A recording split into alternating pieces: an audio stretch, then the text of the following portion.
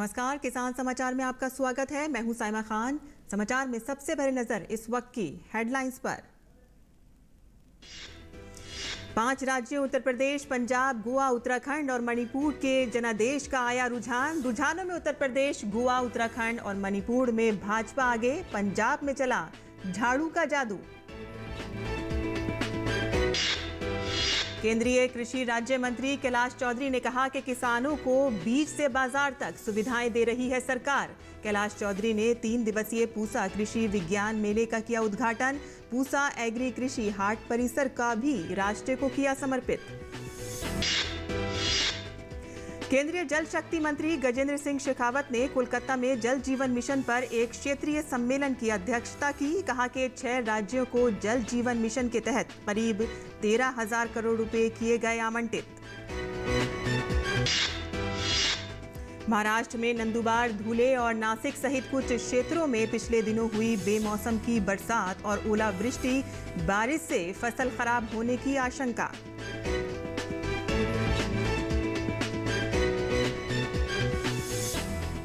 और अब खबरें विस्तार से, जहां सबसे पहले नजर डालते हैं उत्तर प्रदेश की जनता जनार्दन ने ऐतिहासिक जनादेश दिया है। रुझानों में भाजपा स्पष्ट बहुमत के साथ सबसे बड़ी पार्टी ही नहीं बल्कि 2/3 के आंकड़ों को भी पार करती हुई दिखाई दे रही है।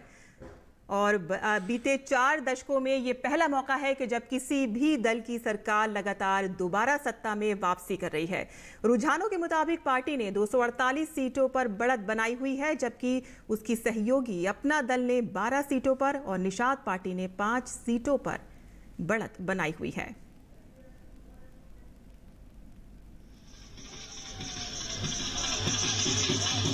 और उत्तराखंड में भी भाजपा को ऐतिहासिक जनादेश मिला है। सभी अनुमानों और सभी आशंकाओं को पीछे छोड़ते हुए पुष्कर सिंह धामी दोबारा सत्ता की कमान संभालेंगे। वहीं राज्य के गठन के बाद ये पहली बार है कि जब किसी भी दल की सरकार को जनता ने दूसरा कार्यकाल सौंपा है। विधानसभा की 70 सीटों में से रुझानों में भाजपा ने 44 सीटों पर आगे चल रही है, तो वहीं प्रदेश में मुख्य विपक्षी दल कांग्रेस ने 22 सीटों पर बढ़त बनाई हुई है।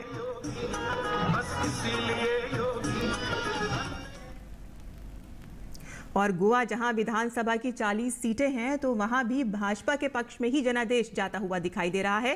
प्रदेश में भाजपा सबसे बड़ी पार्टी बनकर उभर रही है। 18 सीटों पर भाजपा ने बढ़त बनाई हुई है, वहीं कांग्रेस ने 11 सीटों पर। हालांकि बहुमत के आंकड़ों से भाजपा अभी पीछे है। राज्य में बहुमत का आंकड़ा 21 सीटों का है।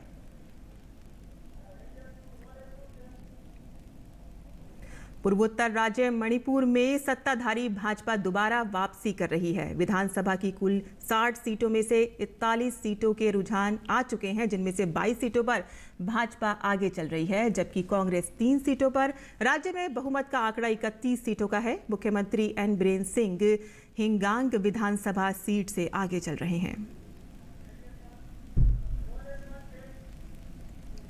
और पंजाब में कांग्रेस की सत्ता से विदाई तय हो चुकी है। प्रदेश की जनता ने आम आदमी पार्टी को सत्ता की कमान सौंपी है। विधानसभा की 117 सीटों में से आप ने 90 सीटों पर, जबकि सत्ताधारी कांग्रेस ने 17 सीटों पर बढ़त बनाई हुई है। प्रदेश की सत्ता में आम आदमी पार्टी पहली बार पहुंचती हुई दिखाई दे रही है।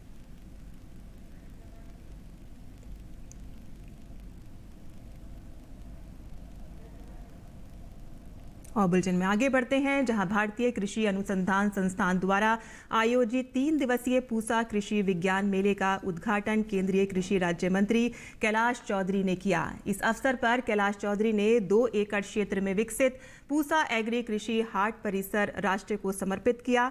मेले में देश के विभिन्न भागों से पधारे हुए हजारों प्रगतिशील किसान, महिला उद्यमी और स्टार्टअप्स शामिल हुए। कृषि राज्य मंत्री ने पूसा संस्थान द्वारा किसान के हितों के लिए किए जा रहे प्रयासों की सराहना करते हुए किसानों से नई तकनीकों, वैज्ञानिक नवाचारों का अधिक से अधिक लाभ उठाने का आह्वान किया। उन्होंने कहा कि सरकार किसानों को बीज से बाजार तक की सुविधाएं उपलब्ध करा रही है। किसान की एक ही समस्या आती है कि उसको उन्नत किस्म का बीज मिले। एक तो उसको उन्नत किस्म का बीज मिल जाए और उसके बाद में लागत में कमी आ जाए और उसके बाद में उसके भंडारण की व्यवस्था हो जाए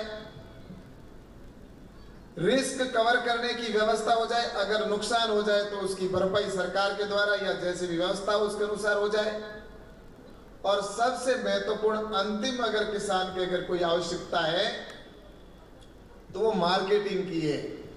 मार्केट में अपने उत्पादन को बेचे कहां, जहां उसको अच्छी रेट मिले वहां पर अपने उत्पादन को बेचे। और इसके लिए लगातार सरकार प्रयास कर रही है कि हमारे किसानों की इनकम बढ़े।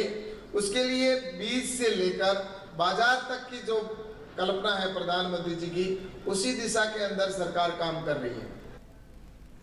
कैलाश चौधरी ने कहा कि प्रधानमंत्री ने कृषि मंत्रालय के बजट को लगातार बढ़ाया है, जो अब 1.32 लाख करोड़ रुपए है, जबकि मोदी जी के प्रधानमंत्री बनने के से पहले ये बजट मात्र लगभग 23,000 रुपए करोड़ का था। वर्तमान बजट में से आधी से ज्यादा राशि प्रधानमंत्री किसान सम्मान निधि के रूप में सीधे किसानों के बैंक खातों में दी जा रही है। 23,000 करोड़ रुपए 2013 में कृषि का बजट था और नरेंद्र मोदी जी प्रधानमंत्री बने तो बनते ही सबसे पहले काम क्या किया, उन्होंने कृषि के बजट को बढ़ाया। और कृषि का बजट आज जितना है आप विश्वास नहीं करेंगे, आज कृषि का बजट है 1,32,000 करोड़ रुपए।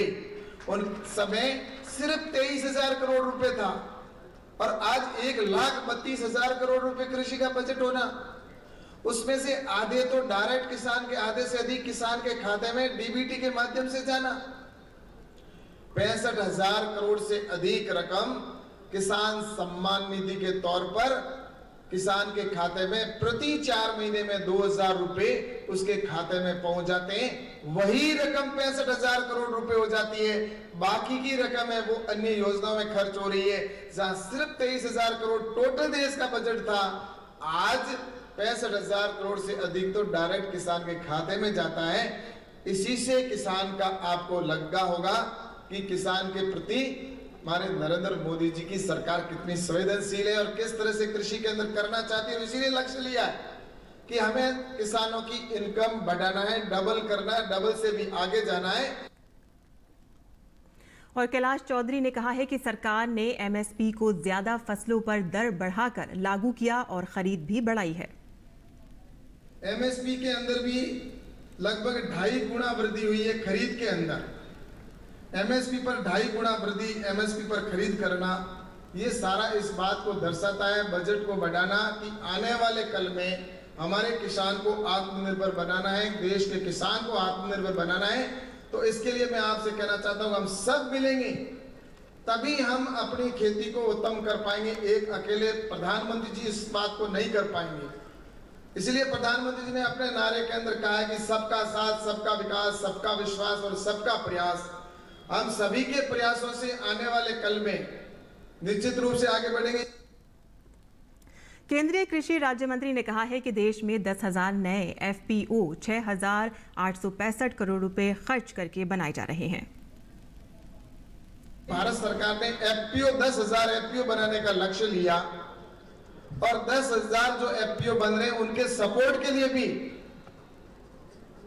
6,500 करोड़ रुपए का प्रावधान किया और उसके साथ ही प्रत्येक एफपीओ को, जो भी एफपीओ होगा उसको 18 लाख रुपए का सपोर्ट दिया जाएगा और इक्विटी ग्रांट के तौर पर 15 लाख रुपए अलग से दिए जाएंगे। इस तरह से उनको सपोर्ट करके, और उसके साथ ही एग्रीकल्चर इंफ्रास्ट्रक्चर फंड है उसके भी 1 लाख करोड़ रुपए का प्रावधान किया गया है और उसका हम सबको लाभ लेना चाहिए। मैं जितने भी किसान भाई बैठे, मैं आज कहना चाहता हूं कि एग्रीकल्चर इंफ्रास्ट्रक्चर फंड है, उस फंड से हम अपने खेत के अंदर बहुत अच्छी खेती को और बढ़ा सकते हैं। और केंद्रीय जल शक्ति मंत्री गजेंद्र सिंह शेखावत ने कोलकाता में 6 राज्यों के एक क्षेत्रीय सम्मेलन की अध्यक्षता की, जिसमें भाग लेने वाले राज्यों द्वारा जल जीवन मिशन और स्वच्छ भारत मिशन ग्रामीण के तहत की गई प्रगति की समीक्षा की गई। शेखावत ने कहा कि सरकार के 2 प्रमुख कार्यक्रमों के कार्यान्वयन के लिए धन की कोई कमी नहीं है। वर्ष 2022-23 के लिए 100% नल जल कनेक्टिविटी सुनिश्चित करने और गांवों में ODF और ठोस और तरल अपशिष्ट प्रबंध को बनाए रखने के लिए 6 प्रतिभागी राज्यों को केंद्रीय अनुदान के रूप में 14,449 करोड़ रुपए आवंटित किए गए हैं। उन्होंने आह्वान किया है कि हर घर जल एक समाज संचालित कार्यक्रम होना चाहिए, न कि इंजीनियर संचालित कार्यक्रम। और महाराष्ट्र में नंदुरबार, धुले और नासिक सहित कुछ क्षेत्रों में कल बेमौसम की बरसात हुई है। पिछले दिनों पालघर जिले के कुछ हिस्सों में रुक रुक कर बारिश हुई। नंदुरबार जिले में भी बारिश के साथ ओलावृष्टि भी हुई है। किसानों ने वर्षा से फसल खराब होने की आशंका व्यक्त की है। मौसम विभाग ने जिले में छुटपुट स्थानों पर आंधी और ओलावृष्टि की चेतावनी भी जारी की है। और प्रधानमंत्री नरेंद्र मोदी द्वारा वोकल फॉर लोकल की अपील का कैथल जिले की जनता पर गहरा असर दिखाई देने लगा है। आम जनता ने अब ये मन बना लिया है कि हम अपने देश में बना स्वदेशी ही सामान खरीदेंगे और दुकानदारों से भी ये निर्णय ले लिया है कि हम स्वदेशी सामान को ही अपनी दुकानों पर बेचेंगे। ये तो है ही है जी, अगर इंडिया का इंडिया में रहेगा, लेबर को भी पैसा मिलेगा, जैसे जो इंडिया की लेबर है वो भी संपन्न होगी, देश की तरक्की होगी जी, सारी चीज़ें हैं जी। उधर जैसे हमारा मिट्टी का सामान है यहीं पर बनता है, जो हम यहाँ कमाएंगे हमारा पैसा यहीं पर रहेगा। जो हम बाहर विदेशी माल से कोई भी चीज़ ना खरीदें, क्योंकि हम बाहर से सामान खरीदेंगे वो हमारा पैसा बाहर ही जाएगा। जो हम यहाँ पर हमारे जैसे जो भी सामान बनता है हमारा यहीं बनता है, जैसे हमारा मिट्टी का सामान है यहाँ पर बनता है, जो यहाँ पर बनेगा तो लोग खरीदेंगे तो यहाँ का पैसा हमारे पास ही रहेगा, लेकिन ये बाहर नहीं जाएगा।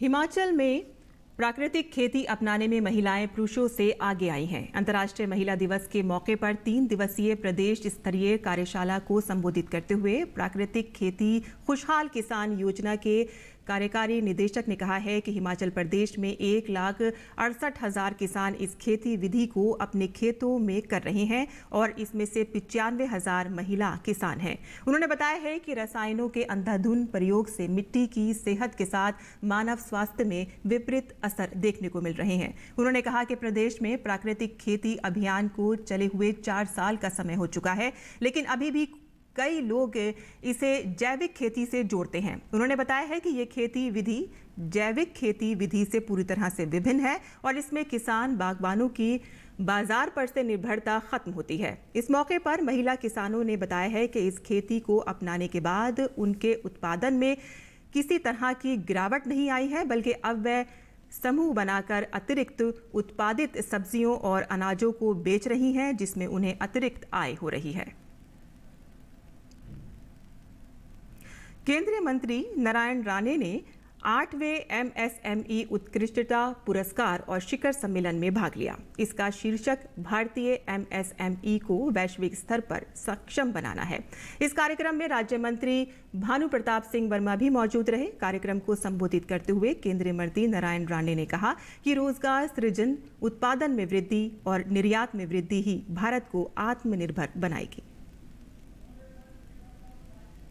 अपना काम में उद्योजक बनाना, रोजगार निर्माण करना, प्रोडक्शन बढ़ाना, एक्सपोर्ट बढ़ाना, इससे आत्मनिर्भर भारत बनेगा, GDP बढ़ेगा, तो हम भी दुनिया में प्रगत देश हमारा बन सकता है। अमेरिका, चाइना के बाद हमारा भारत का नाम होना चाहिए, इसलिए इंडस्ट्री की प्रगति हमें आवश्यक है। और हरियाणा का नूह सरसों उत्पादन में दूसरा स्थान रखता है। इस फसल को कैश क्रॉप माना जाता है, इसीलिए गेहूं के मुकाबले किसानों का इस फसल की तरफ रुझान अन्य फसलों के मुकाबले ज्यादा है। इस बार बेमौसम बरसात और ओलावृष्टि के कारण फसलों को हल्का नुकसान तो हुआ, लेकिन जो भाव मिले उनसे किसानों के चेहरे पर खुशी लाने का काम किया है। सरसों का MSP रेट 5,000 रुपये प्रति क्विंटल के आसपास है, लेकिन अनाज मंडी में इसकी किसानों की सरसों की फसल को 55,000 से लेकर 7,000 रुपये प्रति क्विंटल तक खरीदा जा रहा है। इतना ही नहीं, अगर कोई किसान पूरी तरह सूखी हुई सरसों की फसल लेकर जाता है तो उसे 8,000 रुपये प्रति क्विंटल के भाव भी खरीदा गया है। खास बात यह है कि अब तक पुन्हाना अनाज मंडी में तकरीबन 14,000 क्विंटल सरसों की फसल की खरीद की जा चुकी है। पुन्हाना अनाज मंडी जिले की सबसे बड़ी अनाज मंडी है, जिसमें काफ़ी मात्रा में सरसों की फसल किसान बेचते हैं। पुन्हाना राजस्थान की सीमा से सटा हुआ इलाका है। एसडीएम पुन्हाना ने कहा है कि किसानों के साथ तुलाई के समय किसी प्रकार की ठगी ना हो, इसके लिए कंप्यूटरीकृत कांटों से तुलाई की जा रही है। अगर कोई अड़ती नियमों का उल्लंघन करता है तो उसके खिलाफ ठोस कार्रवाई की जाएगी। इस बार हमने ज़्यादातर सरसों की फसल बोई है। गेहूं तो सिर्फ खर्चा लाख बोया था और लगभग 4.5 एकड़ में हमने सरसों की फसल बोई है। इस बार बेमौसमी बरसात व ओलावृष्टि से कुछ सरसों में नुकसान भी हुआ है, लेकिन अब सरसों उठकर मंडी में हमने बेचने के लिए 1-2 एकड़ की फसल को बेच भी दी है। तो कहीं ना कहीं इस बार एमएसपी जो सरकार ने निर्धारित की हुई है उससे अधिक रेट पर हमारी सरसों बिक रही है और नगद उसका भुगतान हो रहा है। और आइए अब देखते हैं कि देश भर की अनाज मंडियों में अनाज का क्या क्या भाव रहा है।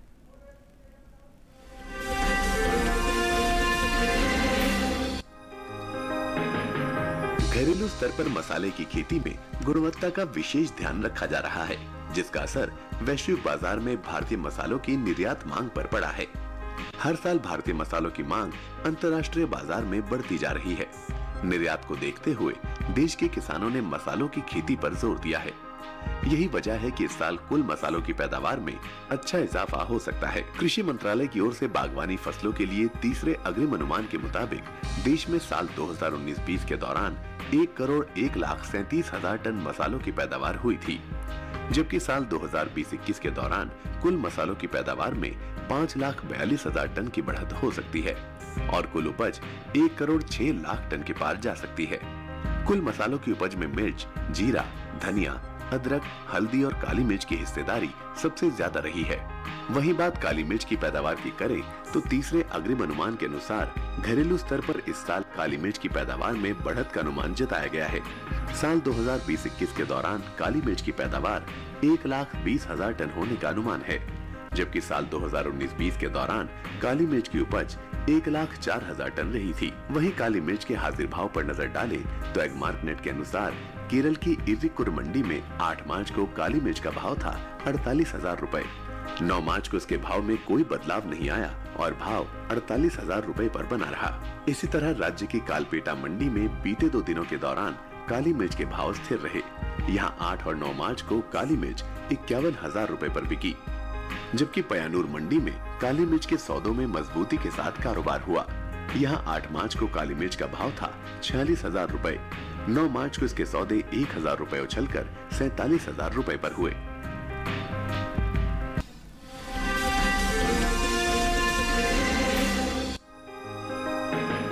अंतर्राष्ट्रीय बाजार में भारतीय गेहूं की मांग बढ़ रही है। इस साल भारत वैश्विक बाजार में गेहूं का रिकॉर्ड निर्यात कर सकता है। उम्मीद है कि साल 2021-22 के दौरान भारत 70 लाख टन कुल गेहूं का निर्यात कर सकता है।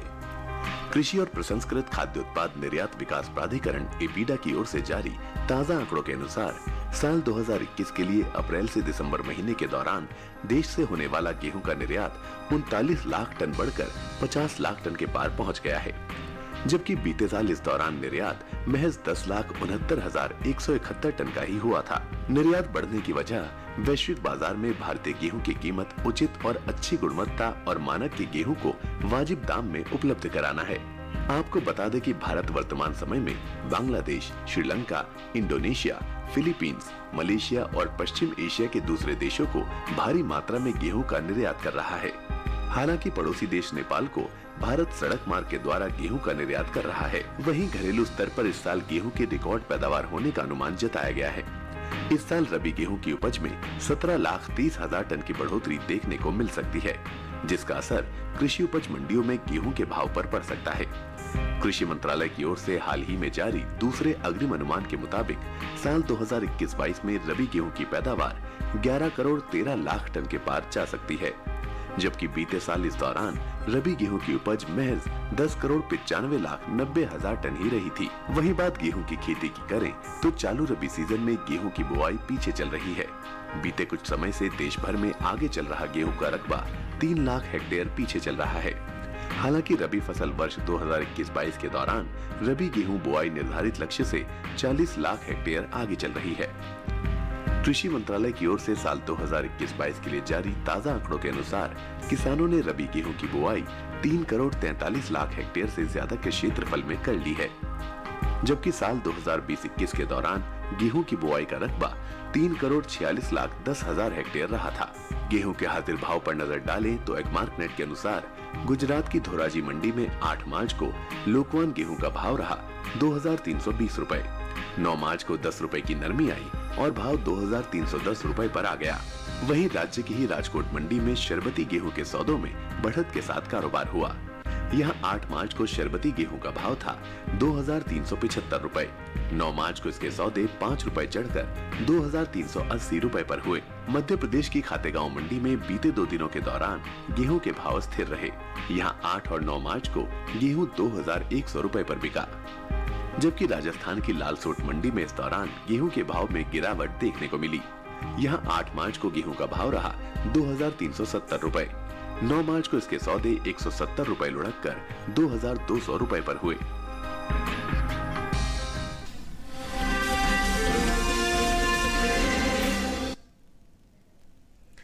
और अब बात करते हैं मौसमी खेती की और जानते हैं कि इस मौसम में आप अपने खेतों का कैसे ध्यान रखें।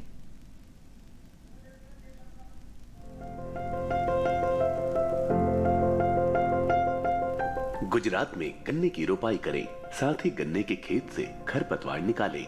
गन्ने के खेत में सिंचाई कर सकते हैं। गन्ने के खेत में निराई कर लें। यहाँ धान के खेत से घास फूस निकालें। धान के खेत में जरूरी उर्वरक डालें और धान की रोपाई करें। गुजरात में बैंगन की तोड़ाई कर सकते हैं। बैंगन के खेत में सिंचाई कर लें। इसके साथ ही टमाटर की तोड़ाई करते रहें। किसान टमाटर के खेत में निराई कर सकते हैं। टमाटर के खेत में सिंचाई कर लें। वहीं आलू के खेत में सिंचाई करें। आलू के खेत में निराई करते रहें। गुजरात में प्याज के खेत में सिंचाई कर लें। यहाँ के किसान अरहर के खेत में निराई कर सकते हैं। राजस्थान में सरसों की कटाई कर सकते हैं। किसान चने की कटाई कर लें। इसके साथ ही प्याज के खेत में सिंचाई करते रहें। वहाँ गेहूं के खेत में सिंचाई कर सकते हैं। राजस्थान में काबुली चने की कटाई कर लें। इस समय जौ के खेत में सिंचाई करते रहें। जौ के खेत में निराई कर सकते हैं। किसान भिंडी की बुआई के लिए खेत तैयार कर ले। यहीं कद्दू की बुआई करें। वहीं मेथी में कीट लगने की आशंका बनी हुई है। ऐसे में मेथी में कीटों से बचाव के लिए कीटनाशक का छिड़काव करें। राजस्थान में उड़द की बुआई कर सकते हैं। किसान लाल मिर्च की रोपाई करते रहें। साथ ही गोभी की रोपाई कर ले।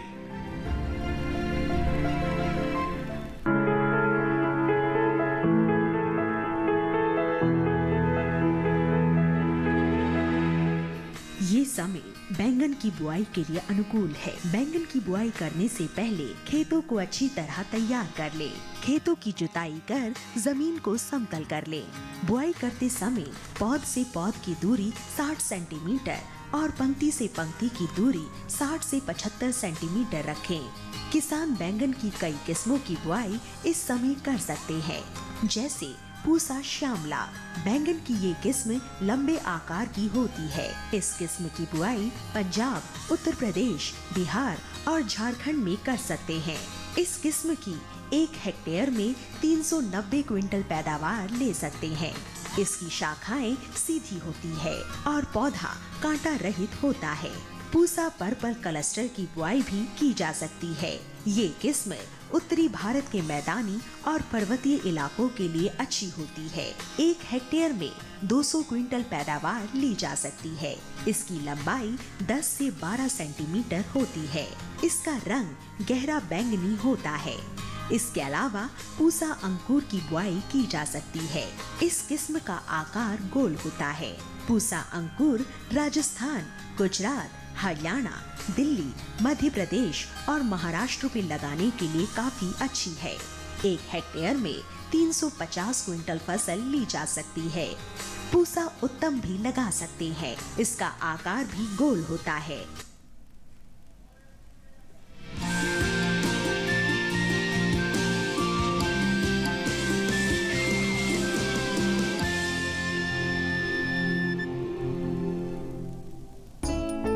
मशरूम, जिसे खुम भी कहा जाता है, स्वाद और पौष्टिकता से भरपूर होता है।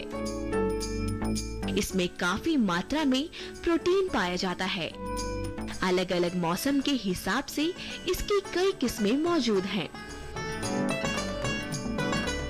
खासकर उत्तर भारत के मैदानी इलाकों में सफेद बटन मशरूम, शिटाके मशरूम, धान पुआल खुम, ऑयस्टर मशरूम और दूधिया मशरूम की खेती की जाती है। अलग अलग किस्मों के कारण ही अब साल भर मशरूम लेना संभव हो पाया है। किसान ऑयस्टर और बटन मशरूम की खेती कर सकते हैं। ऑयस्टर को ढींगरी मशरूम भी कहा जाता है। इसकी खेती लगभग पूरे साल की जाती है। मशरूम की बुवाई के लिए कंपोस्ट तैयार किया जाता है। कंपोस्ट गेहूं के भूसे या धान के पुआल, गेहूं या धान के चोकर, ammonium sulphate, urea, potash, gypsum, malathion और शीरे से तैयार किया जाता है। भूसा 1 साल से अधिक पुराना और बारिश में भीगा नहीं होना चाहिए।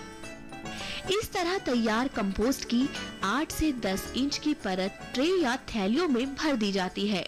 नीचे वाली ट्रे जमीन से 20 सेंटीमीटर ऊंचाई पर होनी चाहिए और 2 ट्रे के बीच 2 से 2.25 फुट की दूरी होनी चाहिए। कंपोस्ट भरने से पहले उसमें मशरूम स्पॉन यानी बीज जरूर मिला लें। बटन मशरूम के जाल की वृद्धि के लिए 22 से 25 डिग्री का तापमान और 80 से 85% नमी चाहिए। बोने के लिए हवादार और तापरोधी मशरूम घर बनाया जाता है, जिसके भीतर तापमान और जरूरी नमी को बनाए रखा जा सके। साथ ही इसके अंदर 1500 से 2500 लक्स तीव्रता का प्रकाश, एग्जॉस्ट फैन और कूलर या एयर कंडीशनर की व्यवस्था होनी चाहिए। मशरूम घर का फर्श पक्का होना जरूरी है। 100 सेंटीमीटर यानी लगभग 5 हाथ लंबाई, 50 सेंटीमीटर यानी लगभग 2.5 हाथ चौड़ाई और 15 सेंटीमीटर यानी लगभग 1 हाथ गहराई की ट्रे में इसे बोया जाता है। ट्रे की जगह 60 सेंटीमीटर यानी 1 बाह लंबी और 45 सेंटीमीटर यानी करीब 1.5 फुट चौड़े पॉलीथीन के थैलों में भी की जा सकती है। 1 वर्ग मीटर क्षेत्रफल में औसतन 8 से 10 किलो मशरूम की उपज होती है। और खेती किसानी से अलग जान लेते हैं इस वक्त की खास खबरें। जहां मुख्य चुनाव आयुक्त सुशील चंद्रा ने मतगणना शुरू होने से पहले कहा कि ईवीएम की सत्यता और पारदर्शिता पर सवाल उठाने का कोई प्रश्न नहीं उठता है। उन्होंने कहा है कि ईवीएम का इस्तेमाल 2004 के चुनाव से हो रहा है और 2019 से हमें प्रत्येक मतदान केंद्र पर वीवीपैट की भी व्यवस्था की है। सीईसी ने कहा कि मतगणना हमेशा से ही पारदर्शी तरीकों से होती है। उन्होंने कहा है कि कोई भी मशीन स्ट्रांग रूम से बाहर नहीं आ सकती है। ईवीएम पूरी तरह से सुरक्षित है। समाजवादी पार्टी प्रमुख अखिलेश यादव लखनऊ में समाजवादी पार्टी कार्यालय पहुंचे। उत्तर प्रदेश की योगी सरकार में मंत्री मोहसिन रजा ने राजधानी लखनऊ में कहा कि उत्तर प्रदेश सरकार के किए गए कार्य अभूतपूर्व हैं, जिसका परिणाम है कि प्रदेश की जनता भाजपा को आशीर्वाद दे रही है। उत्तराखंड के विधानसभा चुनाव के परिणाम के रुझानों में भाजपा को बढ़त मिलती हुई नजर आ रही है। और किसान समाचार में इस वक्त के लिए बस इतना ही। हमें अनुमति दें। नमस्कार।